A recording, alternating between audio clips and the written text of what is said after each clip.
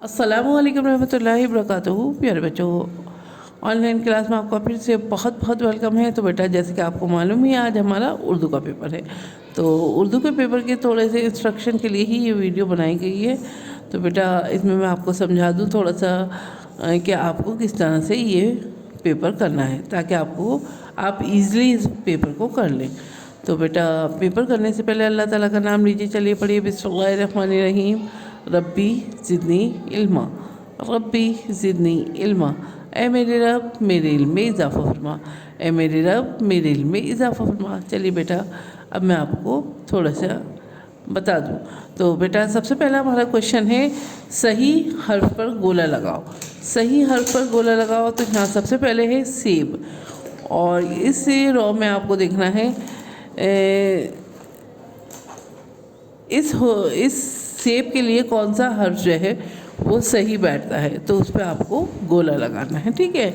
इसी तरह से यहाँ तोता है, तो यहाँ पे देखना है आपको तोता के लिए कौन सा हर्फ जो है वो सही है, उसी पे आपको गोला लगाना है। इसी तरह से यहाँ साबुन है, और आपको यहाँ पे देखना है कौन सा हर्फ सही है।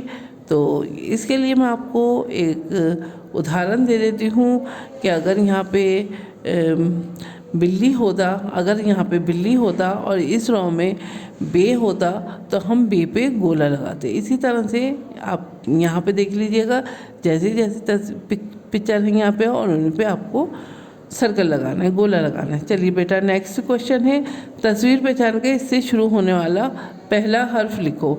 तो यहाँ पे देखिए बेटा, शलगम है, रहल है, ज़बान है, और बर्तन है, ज़रूफ़ हैं। तो आप यहाँ पे जो भी आपको सही इस तस्वीर के हिसाब से फिट लगता है हर्फ, वही आपको यहाँ पे लिखना है।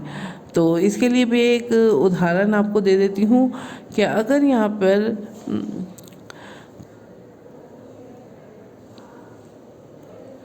यहाँ पर गुब्बारा होता, तो बेटा आपको क्या लिखना होता है, कैन से गुब्बारा, है ना। तो आपको यहाँ पर गैर लिखना होता है। इसी तरह से यहाँ पे शलगम है, रहल है, ज़बान है, ज़रूर है। तो इसके लिए कौन सा जो है हर्फ आपको सही लगता है, वो आपको यहाँ लिखना है। चलिए बेटा, थर्ड क्वेश्चन देखिए। थर्ड क्वेश्चन में है, खाली जगह भरो। तो खाली जगह यहाँ पे भरनी है, ये आपको करवा दिया गया है। तो अलिफ़ है, अलिफ़ के बाद क्या आता है, इसी तरह से पे के बाद क्या आता है, टे के बाद क्या आता है, जीम के बाद क्या आता है।